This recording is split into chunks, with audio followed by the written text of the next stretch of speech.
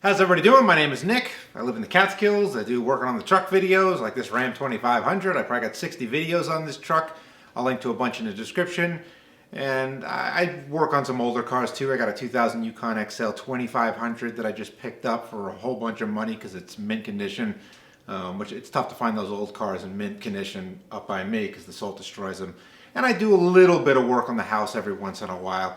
But it's mostly cars these days. If you're interested in that, subscribe. I bet you'll be happy. In this video, we're gonna do some work on this Ram. Little stuff. I just crossed 30,000 miles. I just came back from brunch with my wife and my son, and as we were coming home, boom, it clicked over, and I said, you know what? We should bring this thing right into the shop and do a bunch of stuff. So we should do an oil change because 30,000 miles, right? I'm doing it every 5.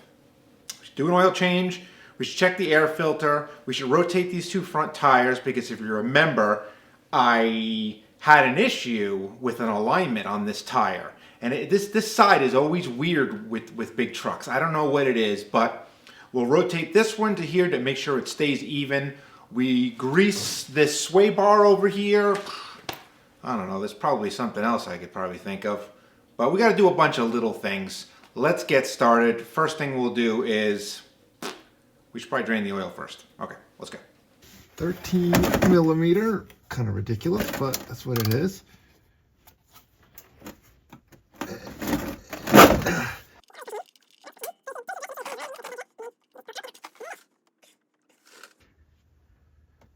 All right, we'll let that drain for a while. All right, the Ram has got probably the coolest drain I've ever seen for a filter. I mean, you can see, maybe you can see the filter right here. It's black filter. Right underneath this filter, I'll show you a close-up of it. See that hole right there? All the oil, when you pull the filter, comes out of that hole. It's like a funnel. It's really, it's probably the smartest design I've ever seen for oil changes. They didn't screw this up, that is for sure. I've never seen it before in my life. If there's another car that does this, let me know. But this little funnel is right underneath the filter. You pull the filter, all the oil drains right out of that hole. That's it. We're just gonna put that right underneath the hole. And I hope it's big enough. We'll find that. That won't be Ram's fault. That would be my fault. All right, so I got, this is just like a plastic thing. That part I didn't realize because I never really touched it. Yeah, it's just a plastic thing kind of just laying in there. Hold on. Yeah, well, it's not laying in there. It's actually, it must be in with like clips or something. Okay, so we're just going to, I'm going to hold on to this little canister I'm going to use to collect it. I think that's off screen, but turning, oil should be coming out. There it is. Okay, we got it lined up.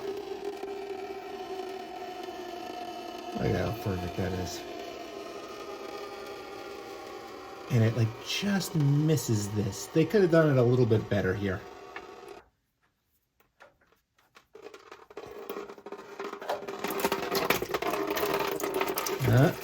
That was my fault.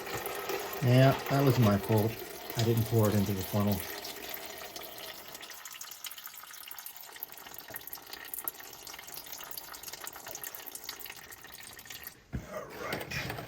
All right, now I got a new one here. That one I took out was Mobile 1. This one I'm putting in is a Mopar one.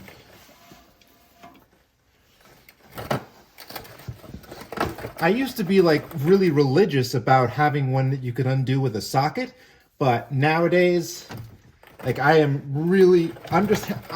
if I have to take it out with a socket, I screwed up. I can't get this thing started for some reason. Don't screw with me. We got an issue here. Is this the same? Stupid app was wrong. Or I just didn't pay attention and maybe it gave me, I don't know. It gave me this Mopar one. What is the number on this stupid thing? Yeah, MO409 was the Mopar one. I looked at the website. It told me this number. I always know that the mobile one is right here, M1113A. That I know because I always get mobile one, but for some reason I saw the Mopar one and I was like, you know what, I'll just get this Mopar. Good thing I always have a spare oil change in the shop, meaning I always have enough for like a surprise oil change. And the reason I always had that is because I want to make sure that if an oil change catches me by surprise, like, oh geez, I got to drive 500 miles tomorrow, I don't have time to go out and go because I live in the middle of nowhere. I can just do a surprise oil change, boom, because I have it. Meaning I'm like, I don't know, I'm 250 miles from when I want to change it, but I got to do 500 miles tomorrow for some odd reason, and I have the oil change on hand. So I always keep a spare one, so we're good. We're good, but now I need to replace my spare one. I need to replace my spare filter. Oh, but I didn't put oil on this rim. Everybody loves to put the oil on this rim. I have no idea why. Doesn't make much sense to me, but we do it. Or else 3 people will say it in the comments. There we go. Yeah, the thread's easier when it's the right size. Again, I put it on as tight as I can by hand with my right hand without a rubber glove. Now I say without a rubber glove because a rubber glove gives you serious grip. Okay, that's on there.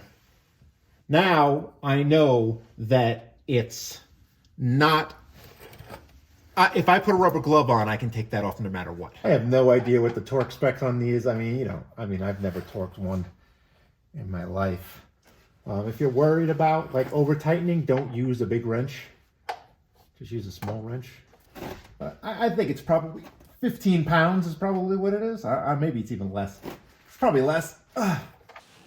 Never seen this before until today, but I went to Walmart to get some oil, and I saw a 12-quart box. I guess it's like a box with like a bag. It's like wine in a box type situation, and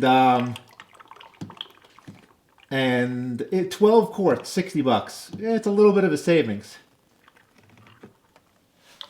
This is really the perfect funnel for this thing. Huh, you can believe that. This really is the perfect funnel. This is just the top of pretty much, it's like a standard hole at the top.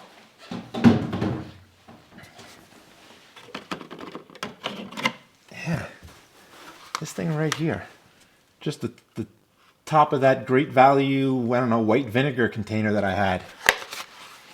Really, the perfect size, because you needed to kind of get underneath this thing. You see that? And you also need to avoid, it's really just a terrible design. You need to avoid this thing. This thing is really sweet. I'm keeping this. All right, let's just check this. While I got the hood open, we might as well just check this air filter. I don't have a spare one, but at least I'll know, and you'll know, hey, 30,000 miles, what does an air filter look like? And if it needs it, I'll just order one. I haven't looked at this yet. Never looked at it. I will say this, there is a bunch of debris here on top.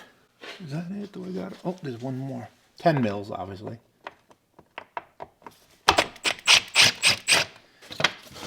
Tell me you gotta remove this whole nonsense. Don't make me look this up. You see? Yeah. I'll link to this. I've linked to this kit 400,000 times, so I'll just keep on linking to it. This panel popper kit. I saw where it went. I see it. I see it. Okay. Yeah. Just do this one. We might as well. I've taken all these off before. If you watched I'll link to this video in the description. I took off. I did all that long video. It was like an hour-long video where I did the grill replacement and all the applique pieces and the bumpers and the suspension work. So I had to take this entire thing off before. So it looks like there's a 13 here. I guess we just pry this bracket up. There's a bracket right here. pry it up and that should do it. Yes. Huh, this does not look like the original. Have I replaced this filter before? Thing looks brand spanking new. No, it is not brand spanking new. Okay. Woof. Oh yeah. We got debris here. I would replace this if I had one. Yeah, there's a lot of stuff in here. All right, air filter right here. I mean, you can see, look at all this. So I'll just whack this against the rim a few times, put it back, and we'll order a new one and I'll replace it. You know, I was putting this thing back and I thought it would probably be smart if I just explained how these things work. This is a two-part plastic clip system.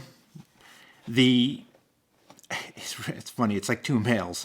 This is like a male that goes into this hole and it leaves a female that you put this piece in.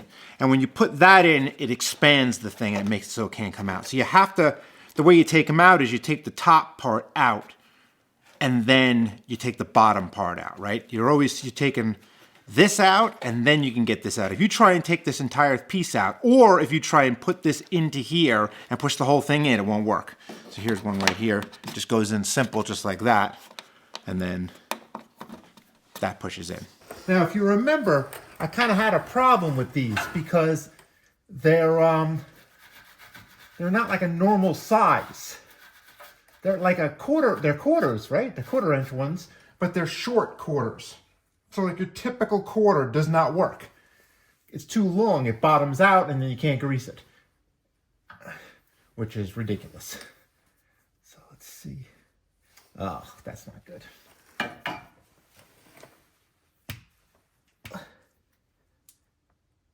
Ooh, that's taking grease. Oh, good. All right. Well, 1 for 2. Yes. Taking grease. Let's try this one more time.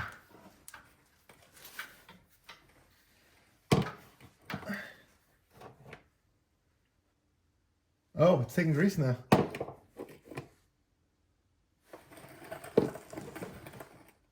Yep, it's coming out right there. Beautiful. All right, so we are 3 for 3. One of these you couldn't do. I can't remember which one it was. Might have been this one. Yeah, okay, so that one you can't do.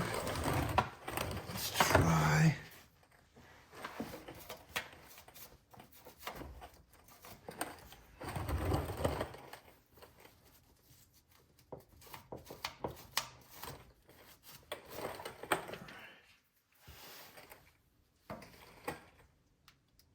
Hey. Yep, that took grease. Good. Good. That took grease. Now, this one is still a problem from that last. Oh. Yes. It's greasing. I just must have knocked it loose. Sure. Panel popper. We're greased up. That's nice. All right, let's rotate these tires.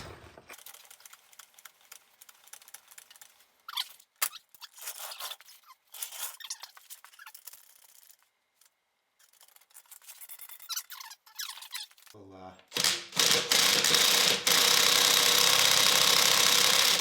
crap. Well, that's not good. You know what? Let me put a better battery on this. I bet you that's what's going on here. Yeah, so that was a CP battery, and this is an XC. This thing's definitely strong enough to undo these lugs. Yeah, this is an XC 5.0. All right, yeah, that's what it was.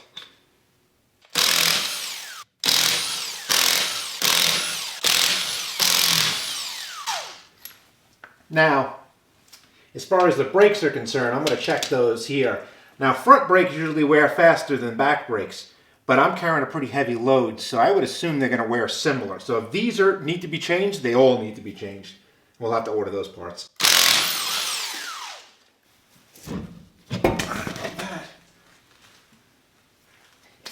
Let's get a light and see what's going on here. Yeah, hopefully you can tell, but that's pretty darn good right there. Yeah, that's the best view right there. You can still see the curve on the pad. Oh, man, I am impressed. I'm impressed. Jesus. 30,000. Pretty sweet. All right, I guess all we got to do is rotate tires and we're good.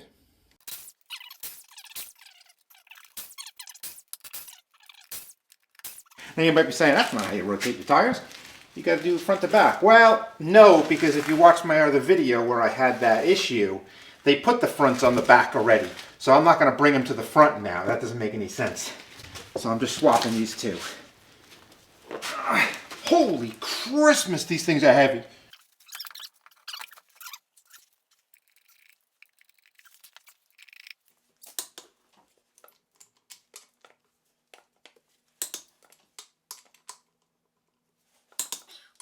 Okay, everyone. Well, we got our oil changed. We checked that filter. I got to order a new one of those. We swapped the tires. We greased the sway bar. We checked the brakes. Brakes are looking okay. I want to say I could get almost another 10,000 miles out of them. It's kind of crazy, but I mean, can you get 40,000 miles out of these brakes, factory brakes? Pretty amazing, to be honest with you, especially when I'm carrying 1,500 pounds all the time. So, all right, everyone. Well, I'll catch you on the next one. See ya.